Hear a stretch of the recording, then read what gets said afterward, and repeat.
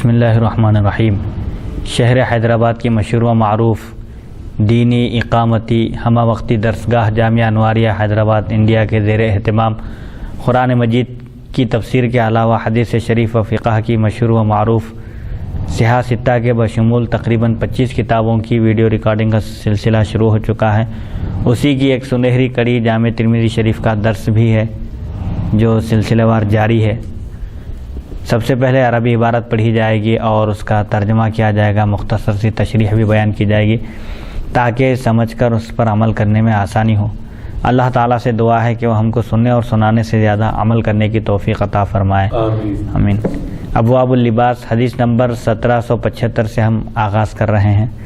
بسم اللہ الرحمن الرحیم۔ ابواب اللباس عن رسول اللہ صلی اللہ علیہ وسلم باب ما جاء فی الحریر والذهب للرجال۔ حدثنا اسحاق بن منصور حدثنا عبد الله بن نمیر حدثنا عبید اللہ بن عمر عن نافع عن سعید بن ابی ہند عن ابی موسیٰ الاشعری ان رسول اللہ صلی اللہ علیہ وسلم قال حرم لباس الحریر والذهب على ذکور امتی واحل لاناثهم وفی الباب عن عمر وعلی وعقبة بن عامر وأم هانئ وأنس وحذيفة وعبد الله بن عمرو وعمران بن حسين وعبد الله بن الزبير وجابر وأبي ريحانة وابن عمر والبراء۔ هذا حدیث حسن صحیح۔ مردوں کے لیے سونا اور ریشم حرام ہے۔ حضرت ابو موسیٰ اشعری رضی اللہ عنہ سے روایت ہے، نبی اکرم صلی اللہ علیہ وسلم نے فرمایا میری امت کے مردوں پر ریشمی لباس اور سونا حرام ہے، عورتوں کے لیے حلال ہے۔ سونا پہننا بھی حلال ہے اور ریشم پہننا بھی عورتوں کے لیے حلال ہے، مردوں پر حرام ہے۔ اس باب میں حضرت عمر، علی، عقبہ بن عامر، ام ہانی، انس، حذیفہ، عبداللہ بن عمر، عمران بن حسین، عبداللہ بن زبیر، جابر، ابو ریحانہ، ابن عمر اور برا رضی اللہ عنہم سے بھی روایت مذکور ہیں۔ یہ حدیث حسن صحیح ہے۔ حدیث نمبر 1776۔ حدثنا محمد بن بشار حدثنا معاذ بن ہشام حدثني ابي عن قتادة عن الشعبي عن سويد بن غفلة عن عمر انه خطب بالجابية فقال نهى رسول الله صلى الله عليه وسلم عن الحرير الا موضع اصبعين او 3 او 4۔ هذا حديث حسن صحيح۔ حضرت سوید بن غفلہ حضرت عمر رضی اللہ عنہ سے نقل کرتے ہیں، آپ نے مقام جابیہ میں خطبہ دیتے ہوئے فرمایا نبی اکرم صلی اللہ علیہ وسلم نے مردوں کو ریشم سے منع فرمایا، یعنی ریشم پہننے سے منع فرمایا، البتہ 2 یا 3 یا 4 انگلیوں کی مقدار جائز ہے۔ یہ حدیث حسن صحیح ہے۔ 4 انگلیوں کے بقدر جواز رکھا گیا ہے، پورا مکمل ریشم آدمی نہیں پہن سکتا، مردوں کے لیے ریشم کا لباس پہننا حرام ہے۔ حدیث نمبر 1777۔ باب ما جاء فی الرخصۃ فی لبس الحریر فی الحرب۔ ضرورت کے موقع پر جو چیزیں درست نہیں ہوتی ہیں، ناجائز ہوتی ہیں، وہ ضرورتاً جائز ہو جاتی ہیں، جیسے جنگ کے موقع پر ریشمی لباس پہننے کی اجازت دی گئی ہے۔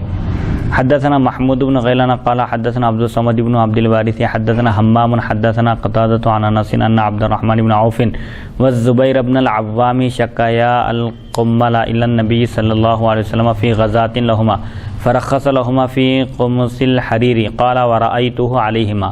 هذا حديث حسن صحيح۔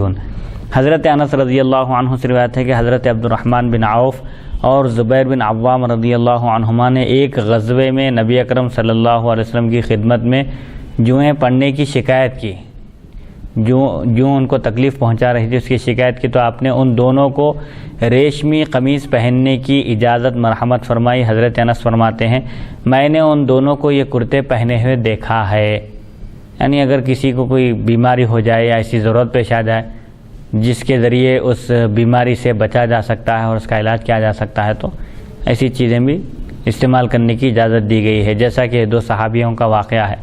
ایک غزوے میں جوئیں ان کو پریشان کر رہی تھی تو حضرت پاک علیہ الصلوۃ والسلام نے ان کو ریشمی قمیص پہننے کی اجازت مرحمت فرمائی اور ان دونوں نے وہ زیب تنبیہ کی پہن لی۔ یعنی سے معلوم ہوا کہ جوئیں اگر ستا رہی ہیں جی تو ریشمی لباس پہننے سے جوئیں نہیں ستائیں گے؟ نہیں ستائیں گے، ہو سکتا ہے کہ وہ اس سے کاٹنے سے محفوظ رہے آدمی، ان کے کاٹنے سے۔ جی۔ حدیث نمبر 1778۔ حدثنا ابو عمار حدثنا الفضل بن موسى عن محمد بن عمرو حدثني واقد بن عمرو بن سعد بن معاذ قال قدم انس بن مالك فاتيته فقال من انت فقلت انا واقد بن عمرو قال فبكى وقال انك لشبيه بسعد وان سعدا كان من اعظم الناس واطولهم وانه بعث الى النبي صلى الله عليه وسلم جبة من ديباج منسوج فيها الذهب فلبسها رسول الله صلى الله عليه وسلم فصعد المنبر فقام أو قعد فجعل الناس يلبسونها فقالوا ما رأيناك اليوم ثوبا قط فقال أتعجبون من هذا لمناديل سعد في الجنة خير مما ترون وفي الباب عن اسماء بنت ابی بکر هذا حدیث حسن صحیح۔ حضرت صلی اللہ علیہ وسلم کے جبہ مبارک کا بیان ہے۔ حضرت واقد بن عمرو بن سعد بن معاذ رضی اللہ عنہ فرماتے ہیں حضرت انس بن مالک رضی اللہ عنہ تشریف لائے تو میں ان کی خدمت میں حاضر ہوا۔ سعد بن معاذ رضی اللہ عنہ کے پوترے ہیں واقد بن عمرو، ان کی خدمت میں حاضر ہوا تو آپ نے پوچھا تم کون ہو؟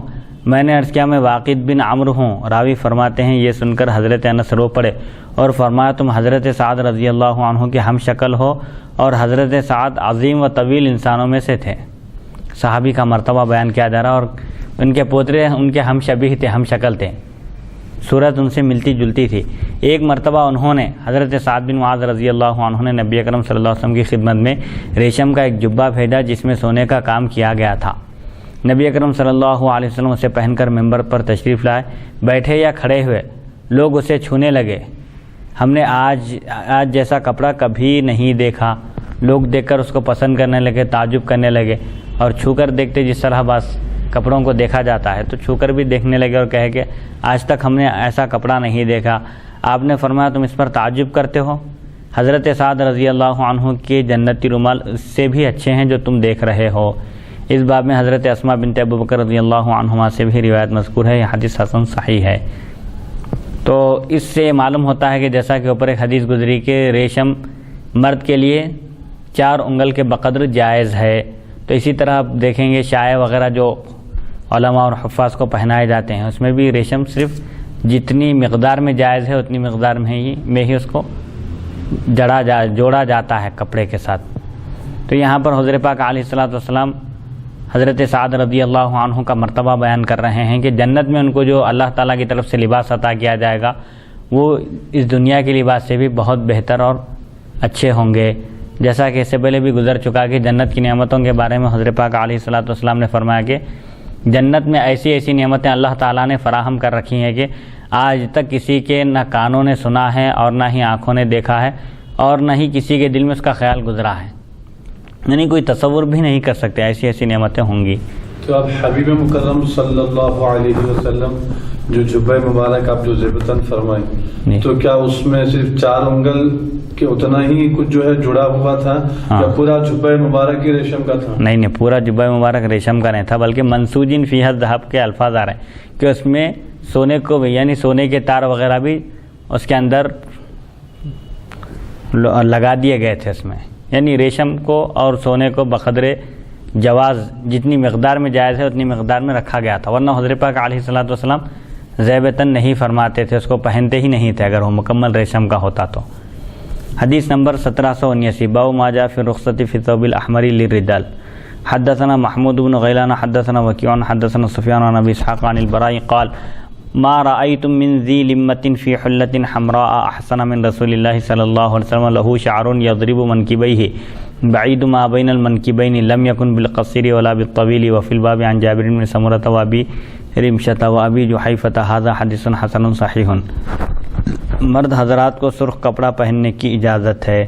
حضرت برا رضی اللہ عنہ فرماتے ہیں میں نے سرخ کپڑے پہنے ہوئے کسی گیسو والے کو نبی اکرم صلی اللہ علیہ وسلم جیسا حسین نہیں دیکھا۔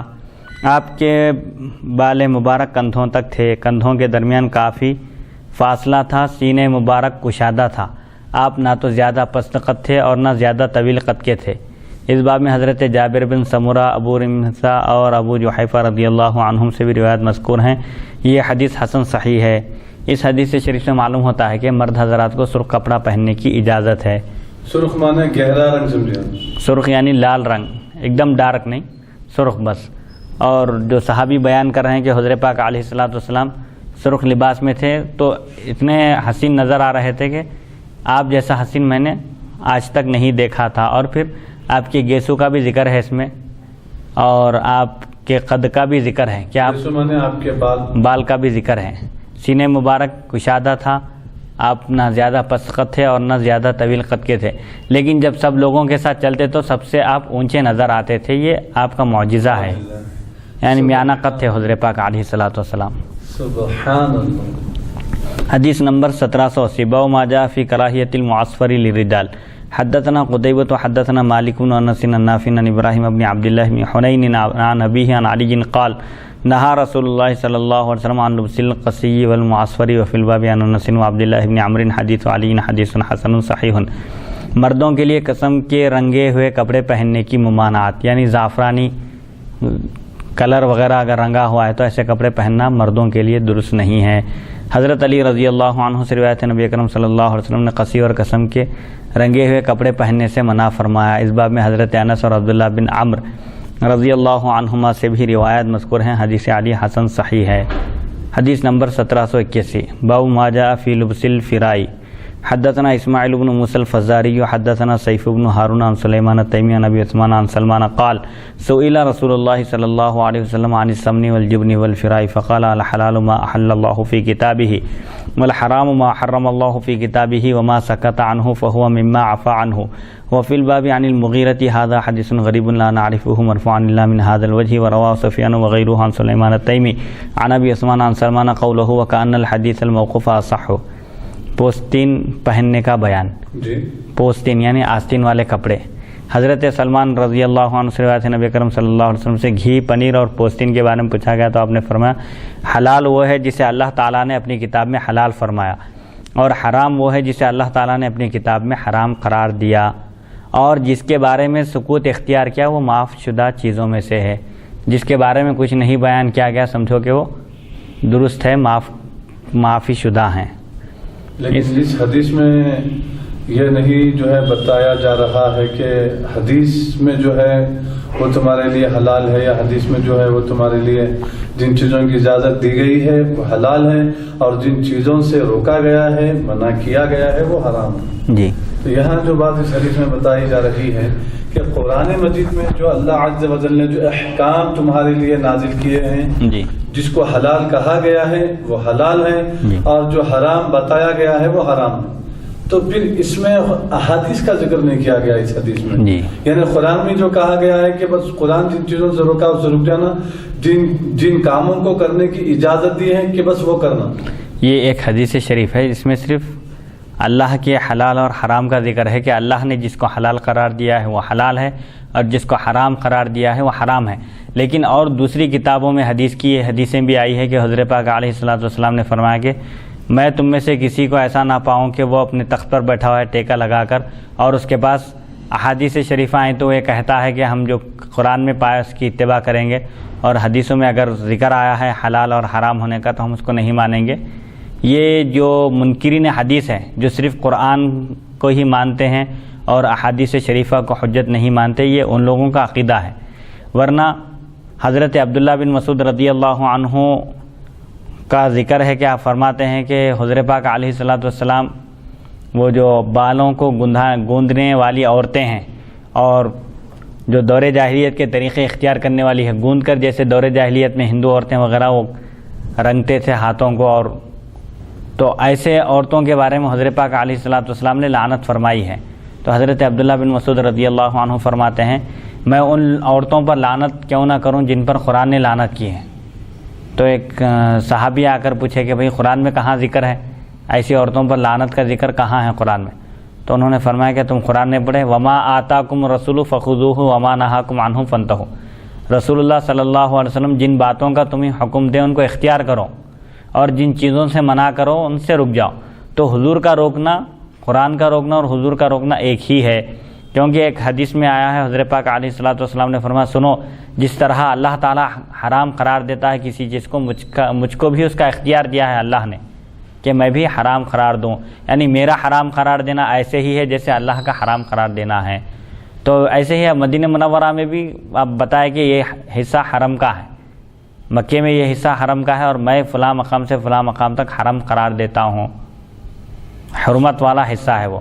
اور حجیت حدیث پر بے شمار دلائل ہے قرآن اور حدیث سے کہ حضرت پاک علیہ الصلوۃ والسلام نہ صرف آپ شارح یعنی قرآن کے مجمل جو آیتیں ہیں اس کی تفصیل بیان کرنے والے ہیں، قرآن کی تشریح اور تفسیر بیان کرنے والے ہیں، نہ صرف آپ کو اس بات کا مکلف بنایا گیا بلکہ آپ کو شارع بھی اللہ نے بنایا ہے یعنی شارع نے قانون ساز بھی بنایا ہے آپ کوئی قانون بنانا چاہے تو بھی آپ کو اس کا اختیار ہے.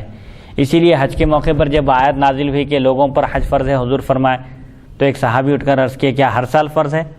3 مرتبہ سوال کیا. اقرع بن حابس نام ہے اس صحابی کا. 3 مرتبہ سوال کیا تو حضور فرمائے سنو اگر میں ہاں کہتا تو ہر سال فرض ہو جاتا تھا. اللہ تعالیٰ اگرچہ کہ ہر سال فرض قرار نہیں دیا تھا، حج زندگی میں 1 مرتبہ حج فرض ہے، لیکن پوچھنے پر صحابہ کہ اگر حضور فرماتے ہاں تو ہر سال حج کرنا فرض ہو جاتا تھا جو حج کرنے کی استطاعت رکھتے ہیں، یعنی مالدار لوگوں کو ہر سال جانا پڑتا تھا.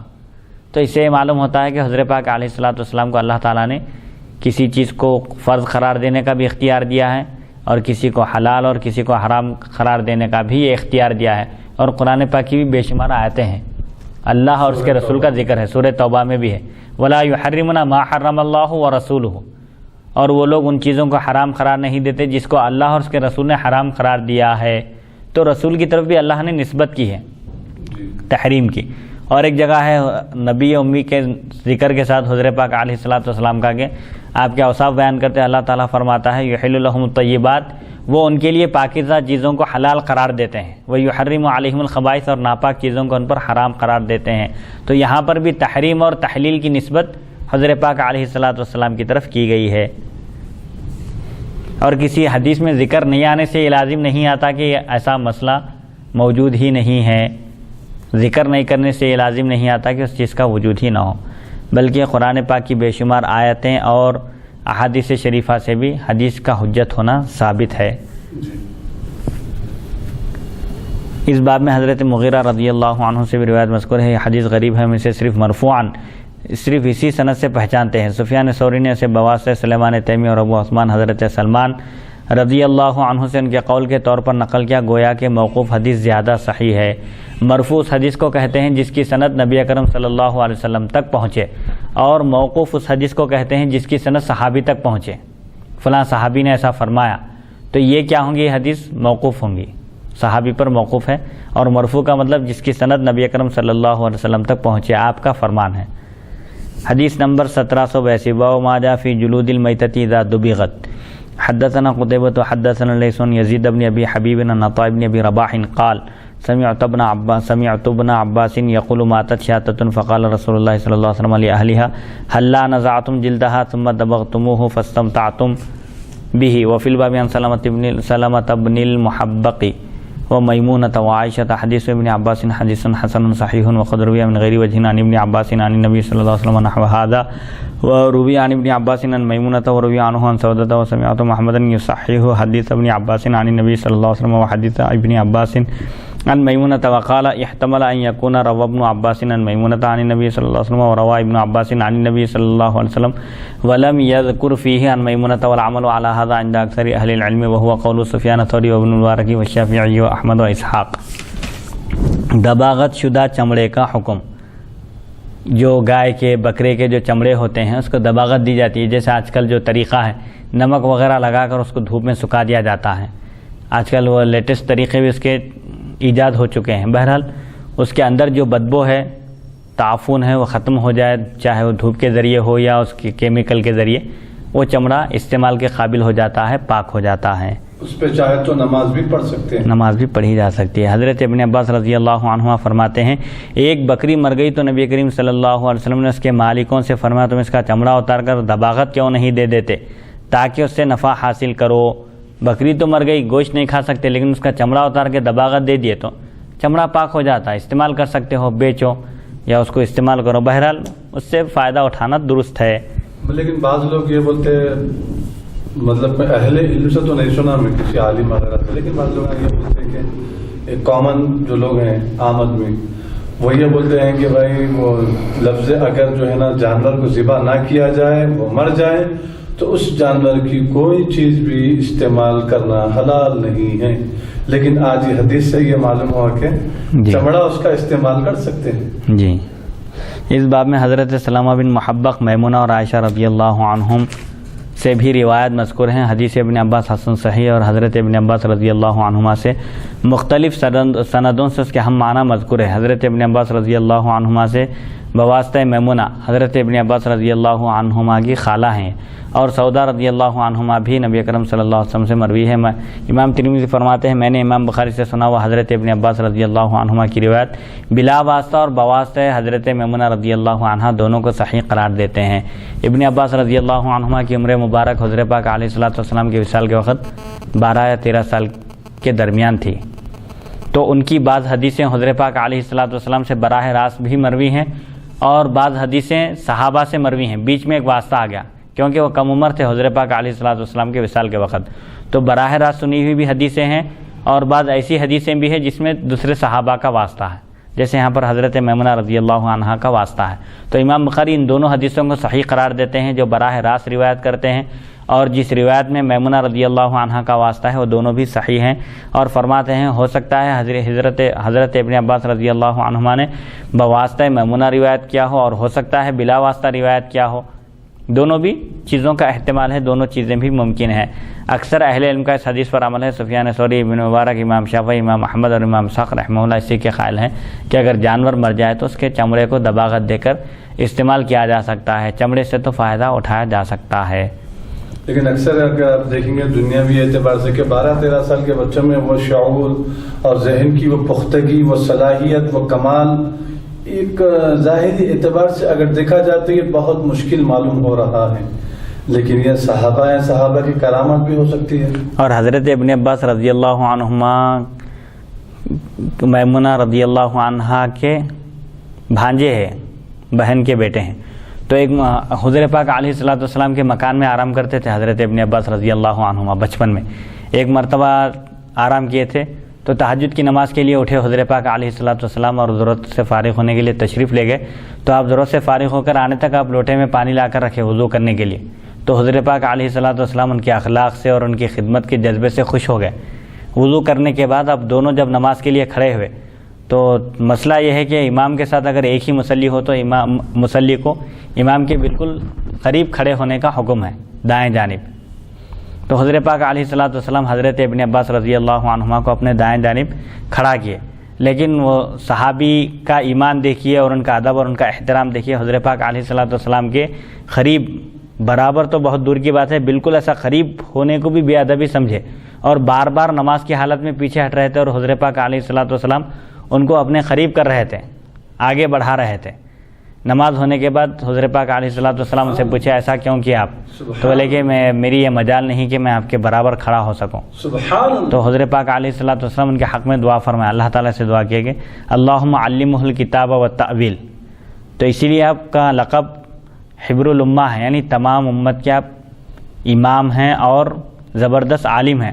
اللہ تعالیٰ نے آپ پر قرآن مجید کی تفسیر کے ابواب دروازے کھول دیے، اسی لیے قرآن مجید کی تفسیر اور آیتوں کے معانی اور مفاہیم کو آپ جس قدر سمجھتے تھے بعض بڑے بڑے صحابہ کا بھی ذہن وہاں تک نہیں جاتا تھا۔ چنانچہ ایک واقعہ بھی حضرت عمر رضی اللہ عنہ اپنے دور خلافت میں حضرت ابن عباس رضی اللہ عنہما کو بڑے بڑے بدری صحابہ کے ساتھ بٹھاتے تھے، حالانکہ وہ کم عمر تھے، تو فطری طور پر انسان کے دل میں خیال آتا ہے کہ بھئی ہمارے بیٹوں کی عمر کے ہیں، ہمارے برابر ان کو بٹھایا جا رہا ہے۔ بشری تقاضے کے اعتبار سے بعض صحابہ نے اعتراض کیا، انسانی تقاضے کے اعتبار سے، چونکہ انسان سوچتا ہے اور فطری طور پر یہ دل میں اس کے خیال آتا ہے، تو حضرت عمر رضی اللہ عنہ فرمایا کہ میں کسی موقع پر ان کی فضیلت اور ان کی علمی شان کا میں اظہار کروں گا۔ فرمایا کوئی ایک وجہ ہے جس کی وجہ سے میں ان کو آپ لوگوں کے ساتھ بٹھاتا ہوں۔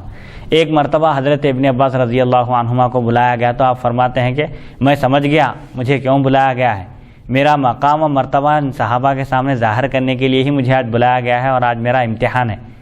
یہ آپ کے ذہن میں خیال آ گیا اور تاڑ لیا، آپ بھاپ گئے اور پہنچے دربار میں، حضرت عمر رضی اللہ عنہ کے پاس پہنچے، بڑے بڑے صحابہ موجود تھے، بدری صحابہ بھی تھے ان میں، تو آپ پوچھے کہ اذا جاء نصر اللہ والفتح، یہ سورہ نازل ہوا، یہ آیت نازل ہوئی، تو اس کا کیا مطلب سمجھے؟ آپ لوگ پوچھے، سب بولے کہ بھائی اس میں اللہ تعالیٰ یہ تعلیم دے رہا ہے کہ جب کسی کو فتح ملے، انسان کو خوشخبری ملے اور کامیابی اور فتح و نصرت سے ہمکنار ہو، تو ایسے وقت اس کو اللہ تعالیٰ کی تسبیح بیان کرنا چاہیے، اس کی تعریف کرنا چاہیے، اس کا شکر بجا لانا چاہیے۔ ایسا مختلف صحابہ اپنے اپنے حساب سے اس کا مفہوم بیان کیے۔ پھر حضرت ابن عباس رضی اللہ عنہما سے پوچھا گیا کہ آپ کیا سمجھے اس کا مطلب؟ تو بولے کہ اس آیت میں حضور پاک علیہ الصلوۃ والسلام کے وصال کی طرف اشارہ ہے. بولے کیونکہ جب کوئی چیز کمال کو پہنچتی ہے تو پھر اس کے بعد زوال شروع ہوتا ہے، مطلب ایک دوسری چیز ختم ہو جاتی ہے. حضرت عمر رضی اللہ عنہ بھی الیوم اکملت لکم دینکم واتممت علیکم نعمتی ورضیت لکم الاسلام دینا، جب یہ آیت نازل ہوئی آج کے دن میں نے تمہارے لیے تمہارے دین کو کمال تک پہنچا دیا، کامل کر دیا اور تم پر اپنی نعمتوں کو تمام کیا اور تمہارے لیے دین اسلام کو میں نے بحیثیت مذہب پسند کیا ہے.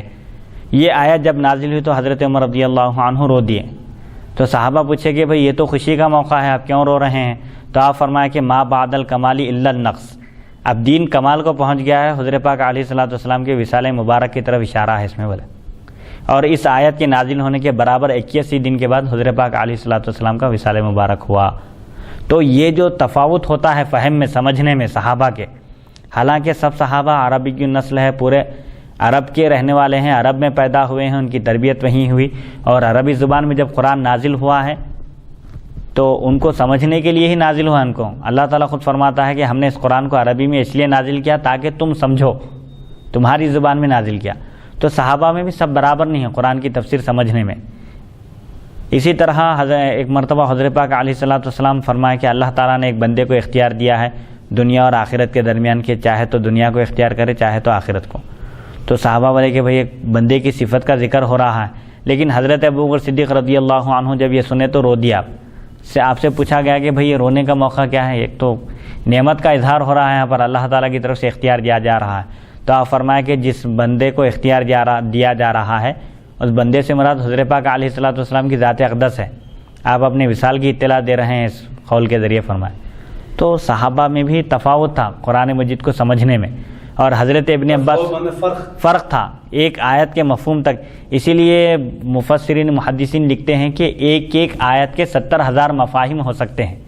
ایک آیت کا ایک ہی مطلب ہونا ضروری نہیں ہے، ایک ایک آیت کے 70,000 مفاہیم ہو سکتے ہیں، یعنی 70,000 مطلب ہو سکتے ہیں، 70,000 مطلب ہو سکتے ہیں. اور حضرت غوث اعظم رضی اللہ عنہ کا بھی واقعہ ہے کہ آپ ایک مرتبہ درس تفسیر کے لیے تشریف فرما ہوئے بیٹھے ہوئے تھے. اس وقت علماء ظاہر بھی تھے، بڑے بڑے اہل علم تھے اس وقت موجود آپ کی مجلس میں. ایک آیت کی تفسیر شروع کیا آپ اور 11 معانی اور مفاہیم بیان کیے، اس کی 11 مطلب بیان کیے. تو 11 مطلب تک مجلس میں جتنے علماء بیٹھے ہوئے تھے سب یہ کہتے رہے کہ ہم کو یہ معنی اور مطلب معلوم ہے، لیکن 11 کے بعد سب خاموش ہو گئے. 40 تفسیریں بیان کی حضرت ایک آیت کی، 40 مطلب بیان کیے. اس کے 40 مطلب بیان کرنے کے بعد بھلے اب تک یہ علم ظاہر کے اعتبار سے تھی، یہ تفسیر ظاہری تفسیر تھی اور یہ قال کی گفتگو تھی، یعنی ظاہری گفتگو تھی ظاہری علم کے اعتبار سے. لیکن اب ہم قال سے حال کی طرف لوٹتے ہیں، یعنی اس کے باطنی معنی بیان کرنے کی طرف لوٹتے ہیں. جیسے ہی آپ نے کہا ابن جوزی ایک بہت بڑے ناقد تھے، صوفیہ پر تنقید کرنے والے تھے، اپنے وقت کے جلیل القدر امام اور محدث تھے. تو وہ اس وقت مجلس میں موجود تھے. انہوں نے جب حضرت غوث اعظم رضی اللہ عنہ کا یہ تبحر علمی دیکھا، آپ کی یہ علمی جلالت اور شان دیکھی، تو وہاں سے کپڑے پھاڑتے ہوئے ہٹ کر میدان میں چلے گئے، جنگل کی طرف چلے گئے.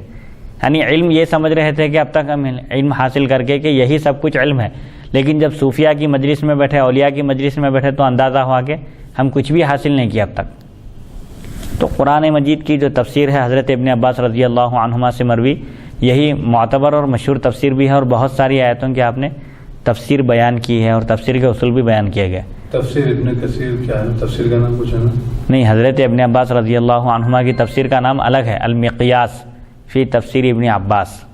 تفسیر ابن کثیر اب بعد میں پھر مفسرین اپنے اپنے زمانے اور حالات کے لحاظ سے مختلف زاویوں سے، یعنی مختلف پہلوؤں سے تفسیریں لکھے.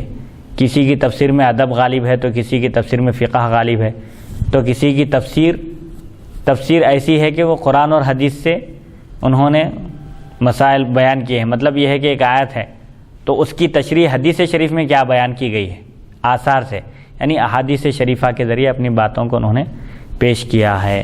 تو حضرت ابن عباس رضی اللہ عنہما کو یہ جو سمجھ بوجھ عطا ہوئی تھی فقہ، اور آپ کو یہ جو بلند مرتبہ ملا ہے تفسیر میں، حدیث میں، تمام علوم میں، حضرت پاک علیہ الصلوۃ والسلام کی دعا کی برکت سے. تو تمام صحابہ میں فقہ میں سب سے آگے حضرت ابن عباس رضی اللہ عنہ، حضرت عبداللہ بن مسعود، خلفائے راشدین کے بعد حضرت عبداللہ بن مسعود رضی اللہ عنہ تھے. جی اور معاذ بن جبل ہے، ابی ابن کعب، یعنی صحابہ تو سب علماء تھے، البتہ فتویٰ دینے والے، مسائل بیان کرنے والے چند صحابہ تھے، ہر ایک کو یہ عہدہ نہیں دیا گیا تھا، پوسٹ. جی. اور حضرت ابن عباس رضی اللہ عنہما فرماتے ہیں کہ قرآن میں تمام علوم موجود ہیں، لیکن لوگوں کی سمجھ، انسانوں کی عقل وہاں تک نہیں پہنچ سکتی. اور ابن عباس رضی اللہ عنہما فرماتے ہیں کہ اگر میرے اونٹ کی رسی اگر گم ہو جائے تو بھی میں اس کو قرآن سے تلاش کر لوں گا بولے. تب ان کی قرآن فہمی کا اس سے اندازہ لگا سکتے ہیں کہ دنیا کی ہر چیز قرآن میں موجود ہے. سبحان اللہ. چنانچہ حضرت امیر معاویہ رضی اللہ عنہ کے پاس ایک بادشاہ ایک باٹل بھیجا، ایک شیشہ، اور کہا کہ اس میں دنیا کی ہر چیز بھر کر بھیجو والا. تو حضرت معاویہ رضی اللہ عنہ حضرت ابن عباس رضی اللہ عنہما سے پوچھے اور ذکر کیا گیا ایسا ایک بادشاہ کے پاس ایک شیشہ آیا ہوا ہے، اس میں دنیا کی ہر چیز بھر کر بھیجنا ہے، تو اس میں کیا بھرنا چاہیے؟ تو آپ فرمائے کہ پانی بھر کر بھیج دو بولے، کیونکہ اللہ تعالیٰ سورہ انبیاء میں فرماتا ہے وَجَعَلْنَا مِنَ الْمَاءِ كُلَّ شَيْءٍ حَيٍّ، دنیا کی ہر جاندار چیز کو ہم نے پانی سے بنایا. تو ہر چیز کا وجود پانی سے ہے، ہر چیز پانی سے بنائی گئی ہے، لہذا پانی بھیجیے تو پوری دنیا کی ہر چیز آ گئی اس میں. سبحان اللہ. تو یہ قرآن فہمی تھی ان لوگوں کی. ہائے ہائے ہائے. یعنی قرآن ایک ایسا سمندر ہے جس کا کوئی کنارہ نہیں ہے، ساحل نہیں ہے، اس کے اندر جو موتیاں ہیں اس کو حاصل کرنے کے لیے، اس کو لانے کے لیے غوطہ زن کی ضرورت ہے. جو ماہر تیراک ہے وہی موتیوں کو حاصل کر سکتا ہے، ورنہ ہر ایک کے بس کی بات نہیں ہے کہ وہ سمندر میں چھلانگ لگا کر اس سے موتیوں کو نکالے. حدیث نمبر 1783. حدثنا قتيبة حدثنا سفيان بن عيينة وعبد العزيز بن محمد عن زيد بن أسلم عن عبد الرحمن بن وعلة عن ابن عباس قال قال رسول الله صلى الله عليه وسلم أيما إهاب دبغ فقد طهر. هذا حديث حسن صحيح والعمل على هذا عند أكثر أهل العلم. قالوا في جلود الميتة إذا دبغت فقد طهرت. وقال الشافعي أيما إهاب دبغ فقد طهر إلا الكلب والخنزير. وكره بعض أهل العلم من أصحاب النبي صلى الله عليه وسلم وغيرهم جلود السباع وشددوا في لبسها والصلاة فيها. قال إسحاق بن إبراهيم إنما معنى قول النبي صلى الله عليه وسلم أيما إهاب دبغ فقد طهر إنما يعني به جلد ما يؤكل لحمه. هكذا فسره النضر بن شميل وقال إنما يقال الإهاب لجلد ما يؤكل لحمه. وكره ابن المبارك وأحمد وإسحاق والحميدي الصلاة في جلود السباع. حضرت ابن عباس رضی اللہ عنہما سے روایت ہے رسول اکرم صلی اللہ علیہ وسلم نے فرمایا جس چمڑے کو دباغت دی گئی ہو وہ پاک ہو گیا. یہ حدیث حسن صحیح ہے اور اکثر اہل علم کا اس پر عمل ہے. وہ فرماتے ہیں مردار کا چمڑا دباغت دیا جائے تو پاک ہو جاتا ہے. امام شافعی رحمۃ اللہ علیہ فرماتے ہیں کتے اور خنزیر کے چمڑے کے علاوہ ہر دباغت دیا ہوا چمڑا پاک ہے. بعض صحابہ کرام اور دیگر علماء نے درندوں کے چمڑوں کو ناپسند کیا ہے اور ان کے پہننے نیز ان میں نماز پڑھنے کے معاملے میں سختی برتی ہے، سختی سے منع کیا ہے. اسحاق بن ابراہیم فرماتے ہیں نبی اکرم صلی اللہ علیہ وسلم کے ارشاد کا مطلب یہ ہے کہ وہ جانور ایما اہاب دبغ فقط طہورا کا مطلب عام نہیں ہے، چاہے خنزیر کا چمڑا ہو یا کتے کا ہو یا درندوں کا، بلکہ اہاب سے مراد وہاں پر کیا ہے، جن جانوروں کا گوشت کھایا جاتا ہے ان کا چمڑا دباغت دیا جائے تو پاک ہو جاتا ہے. اب شیر چیتا وغیرہ کا چمڑا پاک نہیں ہو سکتا اور اس پہ نماز بھی نہیں پڑھ سکتے. اسحاق بن ابراہیم فرماتے ہیں نبی اکرم صلی اللہ علیہ وسلم کے ارشاد کا مطلب یہ ہے کہ وہ جانور جن کا گوشت کھایا جاتا ہے ان کے چمڑے دباغت سے پاک ہو جاتے ہیں.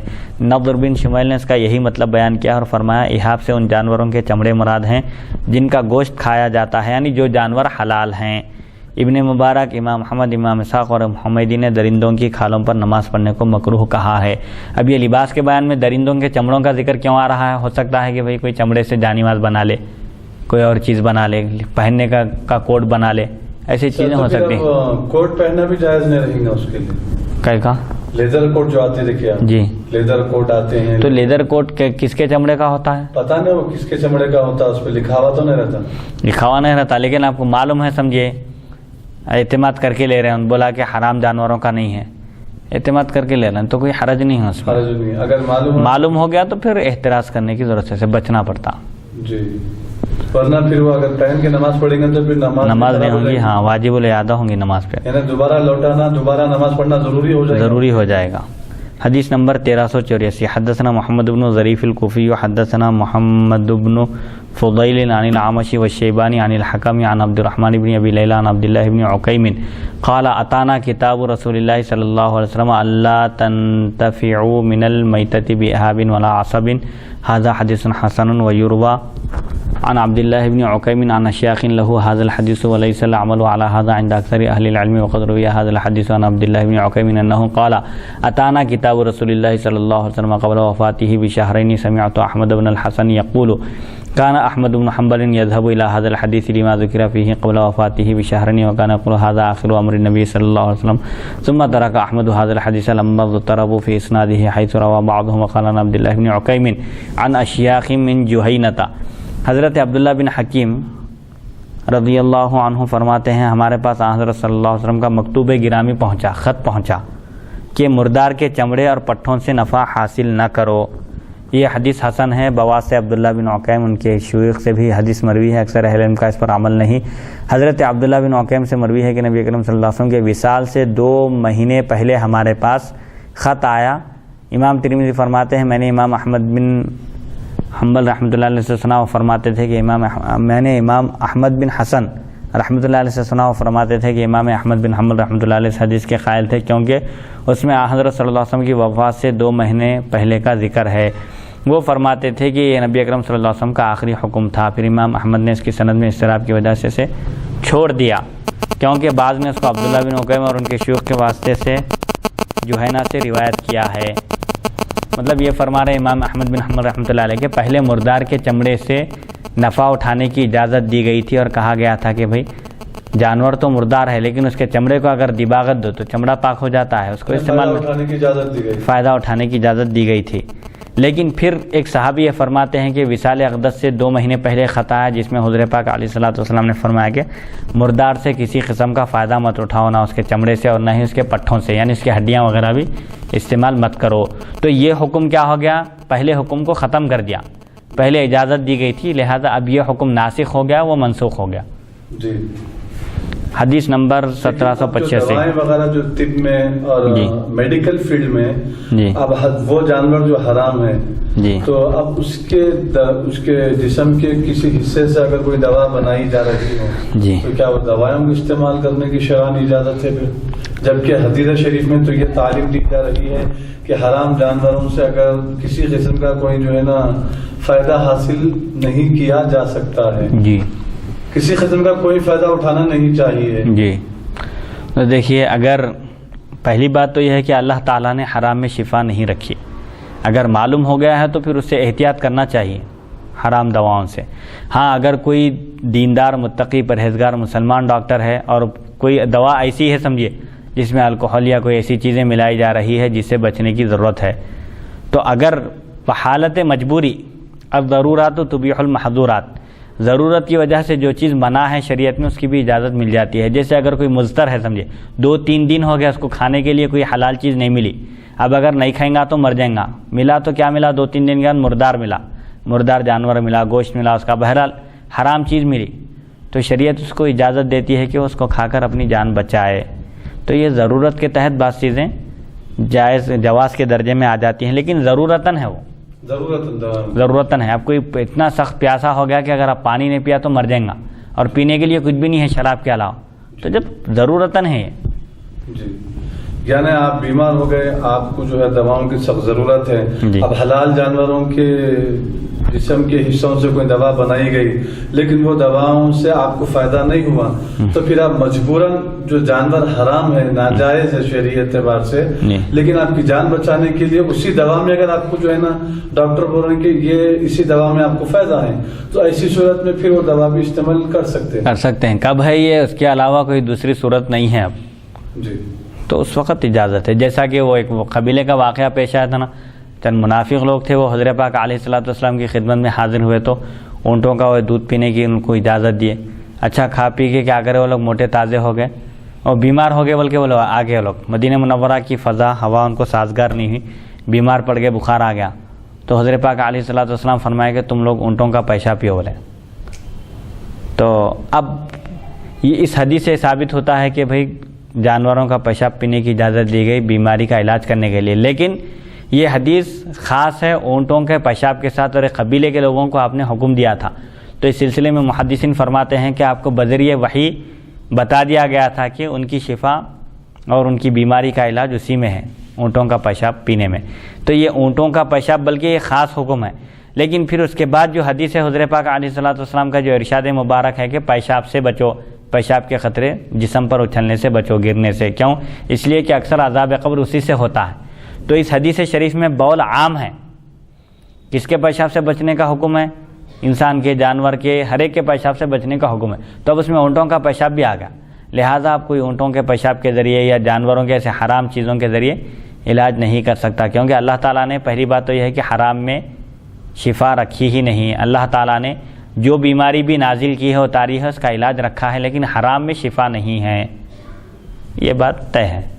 تو پھر ابھی حرام جانوروں سے فائدہ کہ بھائی اللہ تبارک و تعالیٰ قرآن مجید میں یہ ارشاد فرماتا ہے کہ میں نے زمین پر کسی چیز کو بیکار، بے مقصد، بے منصوبہ، بے ارادہ پیدا ہی نہیں کیا، تو پھر حرام جانوروں میں کیا فائدہ ہو سکتا ہے؟ اب یہاں پر ہماری عقل لڑانا مناسب نہیں۔ دیکھیے، پہلی بات تو یہ ہے کہ شریعت کے جو احکام ہیں، ہر ایک حکم کی علت تلاش کرنا ہے مسلمان کا شیوا نہیں ہے، بس اللہ اور اس کے رسول کا حکم آیا گردن جھکا دینا ہے، چوں چرا کی گنجائش نہیں وہاں پر، کیونکہ اسلام کے معنی خود یہ ہیں کہ انسان اپنے آپ کو مطیع اور فرما بردار بنا دے، اپنی گردن جھکا دے۔ اب حکمتیں تلاش کرنے میں اگر رہا کوئی مومن تو صرف حکمتیں تلاش کرنے میں ہی رہ جاتا۔ اللہ تعالیٰ کا کوئی کام حکمت سے خالی نہیں ہے، فعل الحکیم لا یخلو عن الحکمہ، یعنی حکیم کا فعل حکمت سے خالی نہیں ہوتا۔ جب اس نے اشیاء بنائی ہیں اور یہ جانور پیدا کیے ہیں، انسانوں کو بنایا ہے، معمولی چیزیں دیکھنے میں نظر آتی ہیں، لیکن اس معمولی چیز کے ذریعے بہت بڑے کام انجام دیے جاتے ہیں۔ تو حکمتیں تلاش کرنا ہمارا کام نہیں ہے۔ اب جیسے مثال کے طور پر سائنسی نقطۂ نظر سے آج کل بہت ساری چیزوں کی حکمتیں بیان کی جا چکی ہیں، جیسے وضو ہے، وضو کرنے کا فائدہ کیا ہے، لیکن ایک مومن فائدے سے نظر ہٹا کر، فائدے سے قطع نظر صرف اللہ اور اس کے رسول کا حکم ہے کہ یہ سوچ کر اگر بجا لائے گا تو ثواب بھی ملے گا اور دنیا کے فائدے سے بھی وہ خالی نہیں رہے گا، دنیا کا فائدہ بھی ہو۔ لیکن اگر ہم ہر چیز کے پیچھے اگر اس کا فائدہ تلاش کر کے عمل کریں گے تو ہمارا عمل خالص اللہ کے لیے نہیں ہوگا، ان فوائد کے پیش نظر ہوگا۔ میں دن میں 5 مرتبہ وضو کروں گا تو سائنسی نقطۂ نظر سے مجھے یہ فائدہ پہنچے گا، جسمانی صحت برقرار رہے گی۔ روزہ رکھنے کی حکمت یہ ہے، سائنس میں یہ حکمت بیان کی گئی کہ روزہ رکھنے سے انسان تندرست رہتا ہے، وہ تو حدیث شریف میں بھی بیان کی گئی۔ لیکن ہم کو عمل اس لیے کرنا ہے کہ یہ اللہ اور اس کے رسول کا آرڈر ہے، حکم ہے، چاہے اس میں کوئی حکمت رہے یا نہ رہے۔ جیسا کہ ایک واقعے سے ہم بخوبی اندازہ لگا سکتے ہیں کہ ایک پیر و مرشد اپنے ایک مرید کو بہت زیادہ چاہتے تھے، تو دیگر مریدین کو حسد ہوا کہ بھئی ان کے اندر کیا خوبی ہے جو ان کو بہت زیادہ پیر و مرشد چاہتے ہیں، ہمارے شیخ ان سے محبت کرتے ہیں۔ تو ایک مرتبہ ان کا امتحان لیا گیا سب مریدوں کا، اور ان کا مقام و مرتبہ بتانے کے لیے ہی ایک مرتبہ ان کے مرشد کیا کیے، ایک اونٹ تھا ان کے پاس، اپنے اس مرید سے کہے کہ فوراً اس اونٹ کو آپ اوپر چڑھا دو، بولے فرسٹ فلور پہ۔ تو اب اونٹ اوپر کیسا چڑھ سکتا، سیڑھیاں چڑھ کے جانا کرنا مشکل ہے۔ تو دوسرے پورے مریدین ایک دوسرے کی صورت دیکھنے لگے اور بولے کہ آج شیخ کو کیا ہو گیا ہے، اور ایسے عجیب و غریب چیز کا حکم دے رہے ہیں جو مشکل ہے۔ لیکن جس مرید کو زیادہ چاہتے تھے، جیسے ہی حکم دیا گیا وہ آستین چڑھائے اور ادھر سے ادھر سے بہرحال اونٹ کی ٹانگ وغیرہ پکڑ کے اس کو چڑھانے کی کوشش میں لگ گئے۔ تو حضرت دیکھ کے فرمایا بس رک جاؤ، اصل بتانا مقصد یہ تھا کہ اگر مرشد شیخ کوئی ایسا بھی حکم دے جس میں بظاہر کوئی فائدہ نظر نہ آئے، عقل میں نہ آتا ہو تمہاری، تب بھی اس کو قبول کرو، اپنی کوشش تو کرو، اگرچہ کہ نہیں کر سکتے۔ تو ایسے ہی اللہ اور اس کے رسول کا حکم آتے ہی سر جھکا دینا ہے، اب اس میں حکمتیں ہوں یا نہ ہوں، فوائد ہوں یا نہ ہوں، مومن کا کام، مومن کبھی بھی اپنے انجام کو نہیں دیکھتا۔ جیسے حضرت ابراہیم علیہ السلام بھی آگ میں کود پڑے نا، آگ میں سوچے نہیں وہاں پر کہ بھئی اتنی بھڑک رہی ہے آگ اور اس کے شعلے آسمان تک پہنچ رہے ہیں، کیا حال ہوگا میرا۔ اور اس وقت حضرت جبرائیل بھی پہنچ گئے مدد کے لیے، تو فرمایا کہ جو ذات میرے حال سے واقف ہے اس کو بولنے کی کیا ضرورت ہے، بولے اللہ تعالیٰ کو معلوم ہے سب کیا ہو رہا، سب اس کے علم میں ہے بات، تمہاری مدد کی تو مجھے ضرورت نہیں ہے، بولے سبحان اللہ۔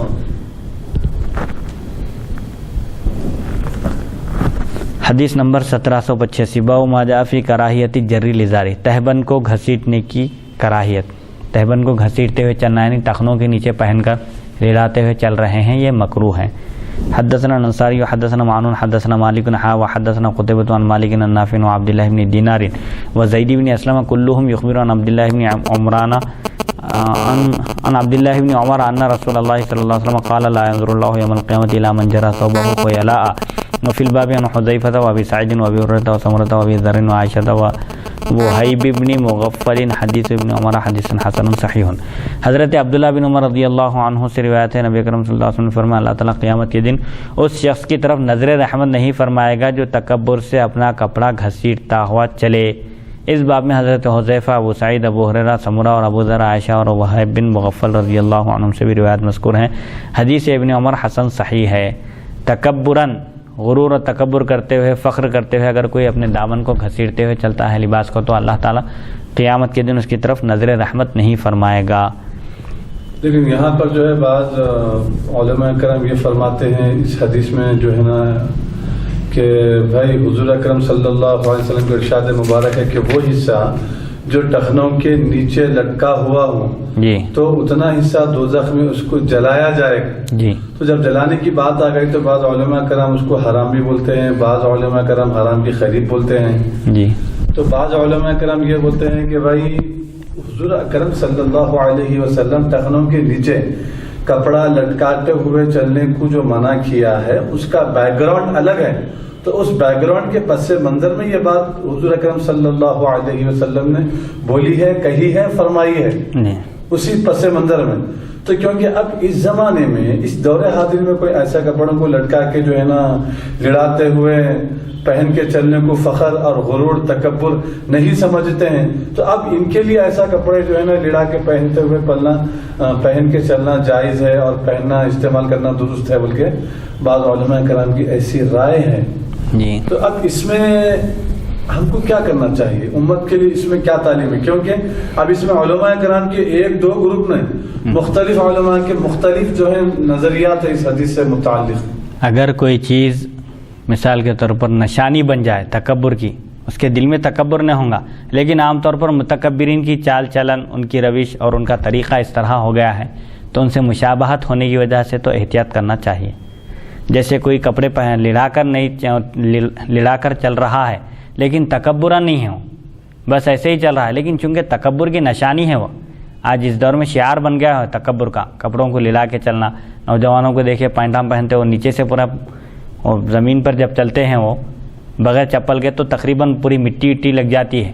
اسی لیے اللہ تعالیٰ سورہ مدثر میں فرمایا وَثِيَابَكَ فَطَهِّرْ. اس کی ایک تفسیر یہ بھی کی گئی ای فقصر، یعنی اپنے لباس کو لڑتا ہوا مت رکھیے زمین پر. کیوں؟ آپ جب چلیں گے تو نجاست بھی لگ جا سکتی ہے، نجاست لگنے کا بھی امکان ہے، کپڑے خراب ہو جائیں گے، ناپاک ہو جائیں گے. اسی لیے ٹخنے کے اوپر پہننے کا حکم دیا گیا ہے مردوں کے لیے.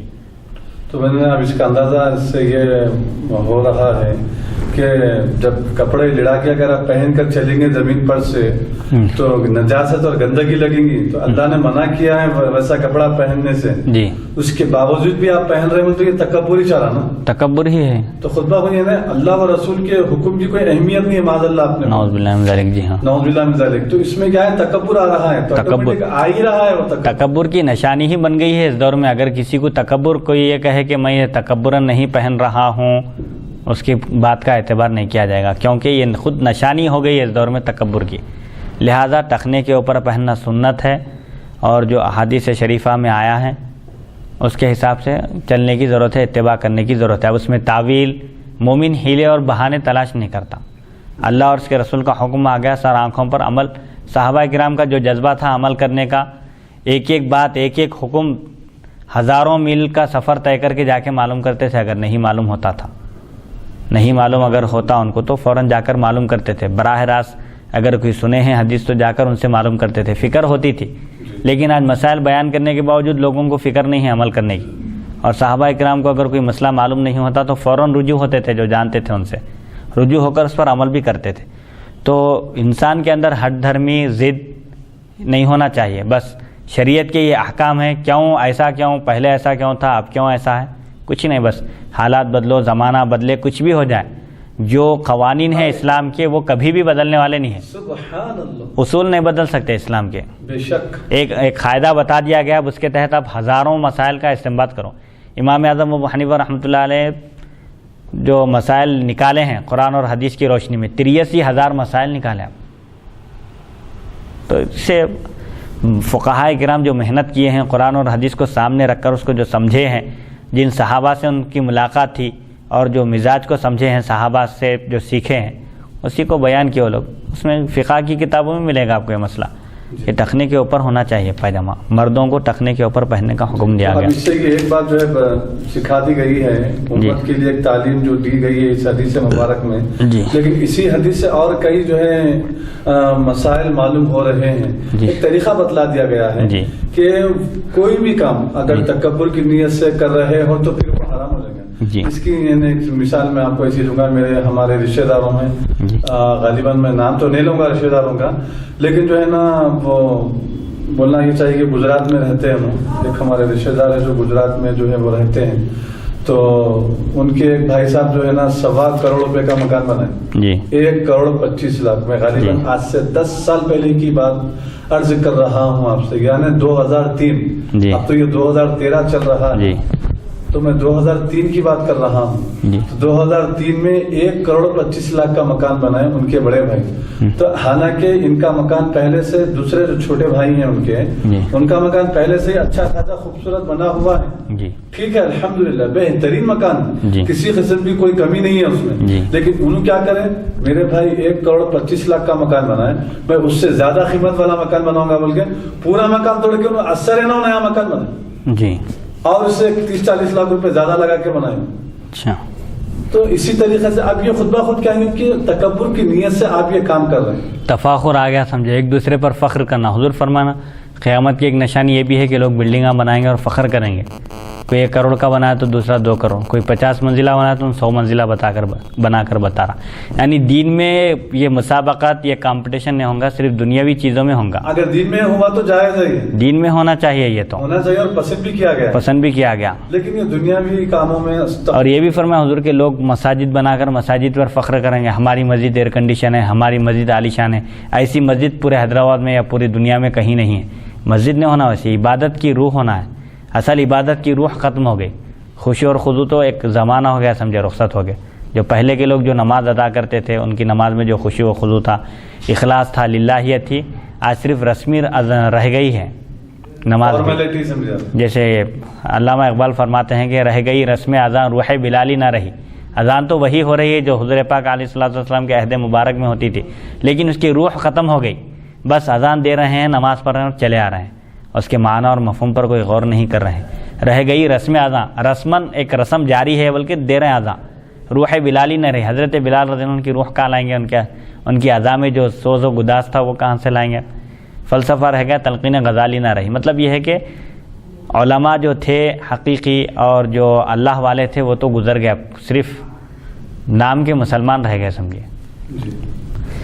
حدیث نمبر 1776 باب ما جاء فی ذیول النساء. عورتوں کو 86 عورتوں کو دامن لٹکانے کی اجازت. مردوں کو دامن لٹکانے کی اجازت نہیں ہے، لیکن عورتوں کے لیے چونکہ صرف دونوں پیر اور دونوں ہتھیلیاں اور دونوں آنکھ ان کے سطر میں داخل نہیں ہیں، بقیہ پورا جسم چھپانا ہے. ان کو فرض ہے چھپانا. تو اس لیے عورتوں کو دامن لٹکانے کی اجازت دی گئی. عورتیں ٹخنے کے اوپر نہیں رہنا، عورتوں کا شلوار ہو یا جو بھی لباس ہو. جی ہاں، آج ویسٹرن کلچر چل رہا ہے. جی، عورتوں کے کپڑے دن بہ دن چھوٹے ہوتے جا رہے ہیں اور مرد اپنے کپڑوں کو دن بہ دن لڑاتے ہوئے پہن رہے ہیں. جی، یہ بالکل اپوزٹ ہے. دیکھیے، یعنی شیطانی کام ہے. وہی بے حیائی عام ہو جائے گی. فرمایا حضور قیامت کی جو نشانیاں ہیں ان میں ایک نشانی یہ بھی ہے کہ بے حیائی عام ہو جائے گی. اب آج عام ہو چکی ہے. جی. حدثنا حسن بن علی الخلال حدثنا عبد الرزاق حدثنا معمر بن ایوب عن نافع عن ابن عمر قال قال رسول الله صلى الله عليه وسلم من جرى ثوبه خيلاء لم ينظر الله اليه يوم القيامه. فقالت ام سلمة فكيف يصنع النساء بذيولهن؟ قال يرخين شبرا. فقالت اذن تنكشف اقدامهن. قال فيرخينه ذراعا لا يزدن عليه. هذا حديث حسن صحيح. وفي الحديث رخصة للنساء في جري الإزار لأنه يكون أستر لهن.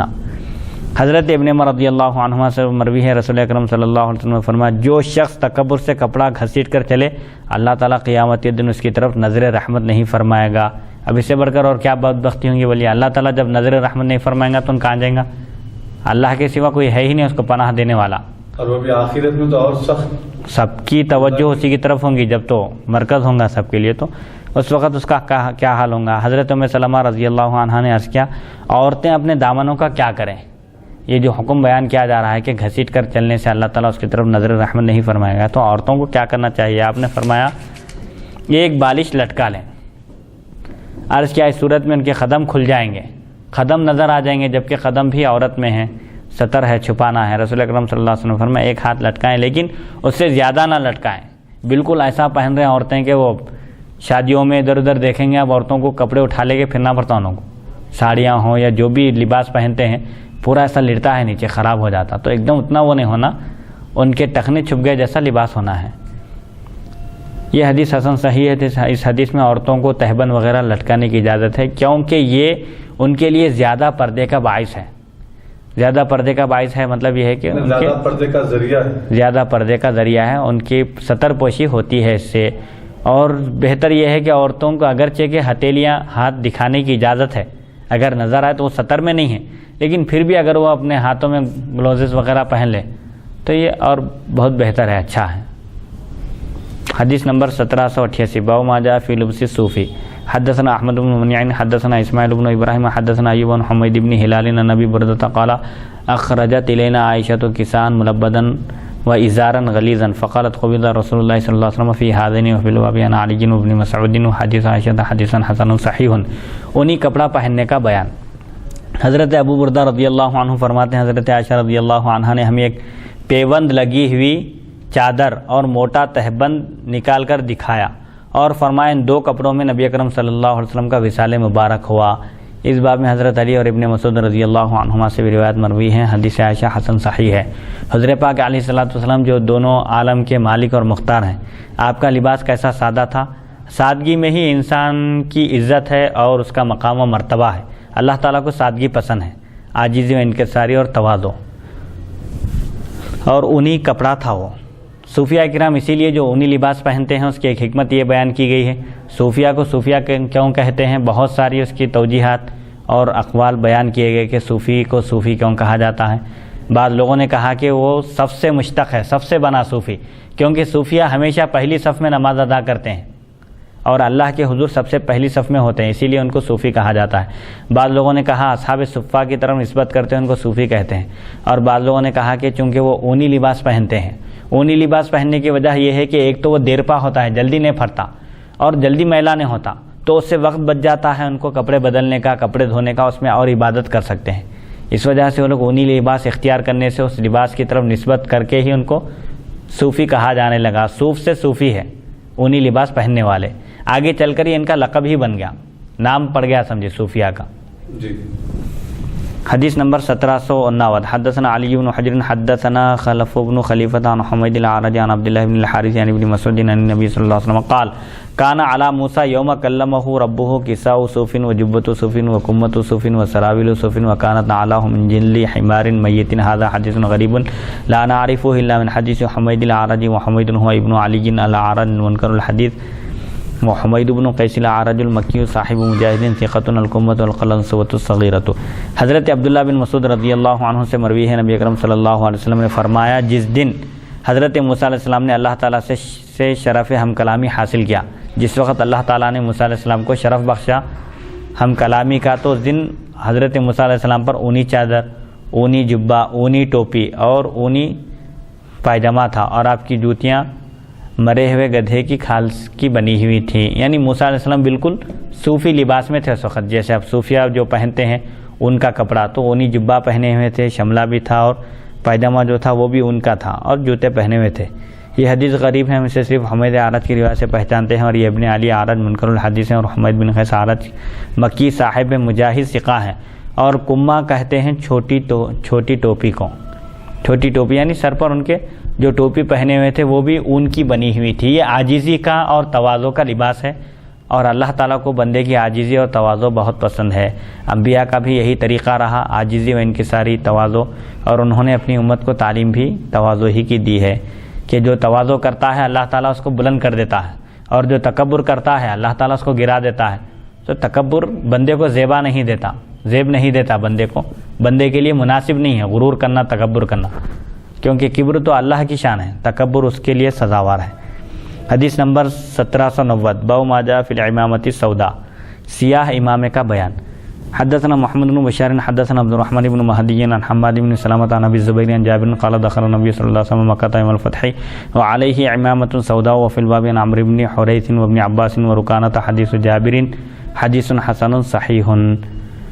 حضرت جابر رضی اللہ عنہ سے روایت ہے، نبی اکرم صلی اللہ علیہ وسلم فتح مکہ کے دن مکہ مکرمہ میں داخل ہوئے تو آپ کے سر انور پر سیاہ امامہ تھا۔ اس باب میں حضرت عمرو بن حریث، ابن عباس اور رکانہ رضی اللہ عنہ سے روایت مذکور ہیں۔ حدیث جابر حسن صحیح ہے۔ حدیث نمبر 1791 حدثنا هارون بن اسحاق الحمدانی حدثنا یحیی بن محمد المدینی عن عبد العزیز بن محمد بن عبید اللہ بن عمر نافع عن ابن عمر قال كان النبي صلى الله عليه وسلم اذا اعتم سدل عمامته بين كتفيه قال عبید اللہ ورأيت القاسم وسالما يفعلان ذلك هذا حديث غريب وفي الباب عن علي ولا يصح حديث علي من قبل اسناده۔ حضرت ابن عمر رضی اللہ عنہما فرماتے ہیں نبی اکرم صلی اللہ علیہ وسلم امامہ باندھتے تو اس کا شملہ دونوں کندھوں کے درمیان چھوڑتے، یعنی پیچھے جس طرح چھوڑا جاتا ہے اس طرح چھوڑتے۔ حضرت عبید اللہ فرماتے ہیں میں نے قاسم اور سالم کو دیکھا وہ بھی ایسا ہی کرتے تھے۔ یہ حدیث غریب ہے۔ اس باب میں حضرت علی رضی اللہ عنہ سے بھی روایت ہے، لیکن سند کے اعتبار سے وہ روایت درست نہیں ہے۔ ایک راوی ہیں جن کی وجہ سے اس حدیث کے بارے میں کلام کیا گیا۔ اور ایک اس میں حدیث میں کیا فرمایا گیا ہے کہ سیاہ رنگ کا امامہ، سیاہ یعنی کالے رنگ کا امامہ حضرت پاک علیہ الصلوۃ والسلام باندھا کرتے تھے۔ آج اسی قدر پر ہم اکتفا کرتے ہیں، وصلی اللہ تعالی علی خیر خلقہ سیدنا محمد و آلہ وصحبہ اجمعین والحمد للہ رب العالمین۔ حدیث نمبر 75 1775 حدیث نمبر 1791 1775 سے 1791 تقریباً 17 حدیثیں پڑھی گئی۔ جی۔